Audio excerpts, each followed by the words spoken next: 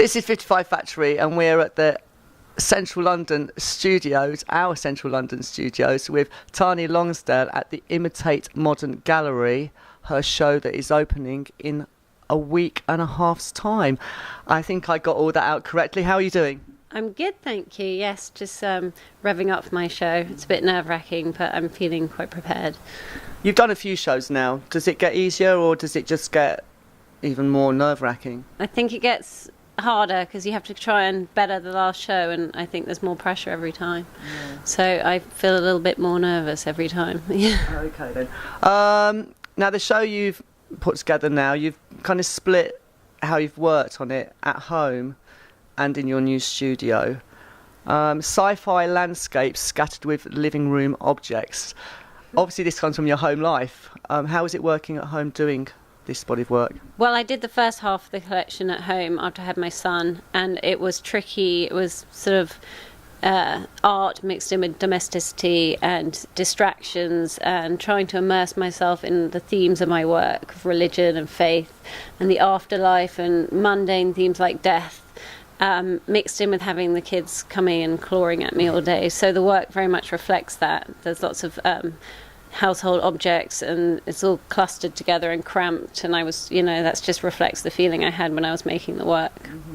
Were you conscious of this effect of having your new son around, and did you at times think, I just can't be bothered with this, I've now got a child, or did it drive you on? I was very conscious of the fact that it was difficult, but it drove me on. I've always had to work to feel normal. As soon as I stopped working, I'd go slightly insane. I didn't realise what an impact working at home had on my work until now. I reflect on it and have a look at it, and it's just ridiculous what an impact it had. It's sort of like a metaphorical living room in each painting, with sofas, armchairs, kids' cots, and I mean, it's crazy. So obvious what impact it had on my work. I love the statement that if you're not working, you start to go insane. I can't relate to that at all. Do you think all us artists and creatives suffer from this? Is that what drives us on? Yes, definitely. I mean, if I'm not working, I physically feel depressed. I have no meaning and no direction, and I can't really work out what it is until I realise I haven't been in the studio for a week, and that's all I need to do to feel better. Great. That's a funny one, that is, isn't it? You do in your work with religion. What brings religion into your work?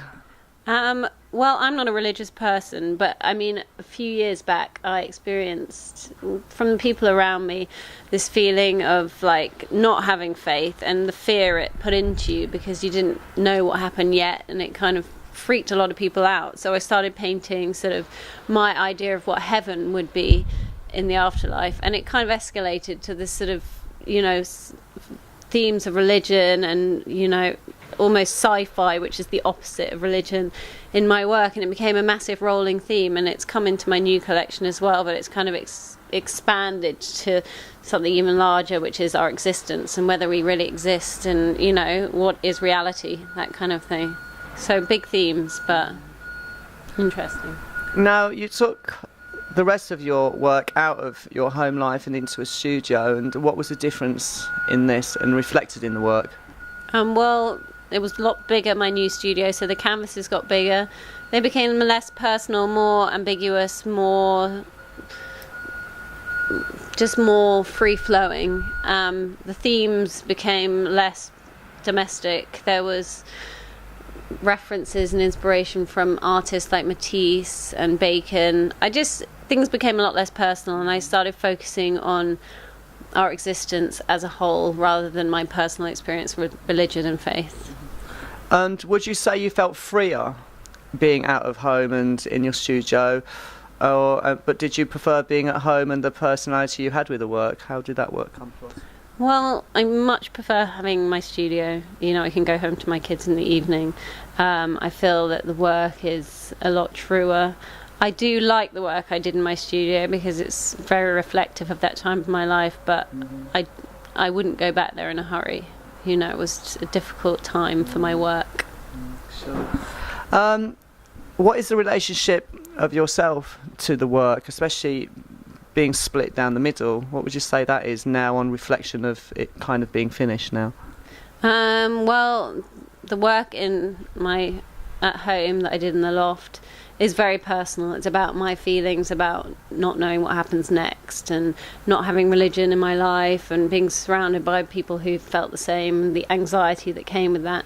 Whereas now that I'm in my studio, it is less personal. It's more, I can step outside the box and have a look at all these themes, not specifically around me, but sort of in general. So the work is, you know, it's less personal, but it's, you know, it still means something. Do you feel freedom by not having a religious trap to yourself? I mean, I sense that you will still feel trapped by not being religious almost. Do you think it's something that we suffer from, living in a religious society, really, fundamentally still?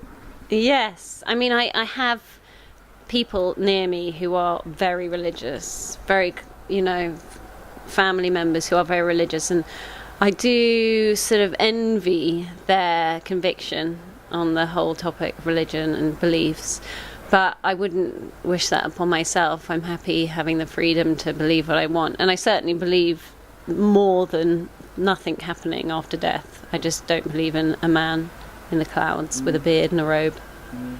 Sure. On the note of religion, kids, we should probably leave it at that, and we will save 55 views for later. Go check out the gallery, check out online at the websites, and go and catch the show, Tahnee Show. This is 55 TV. See you later.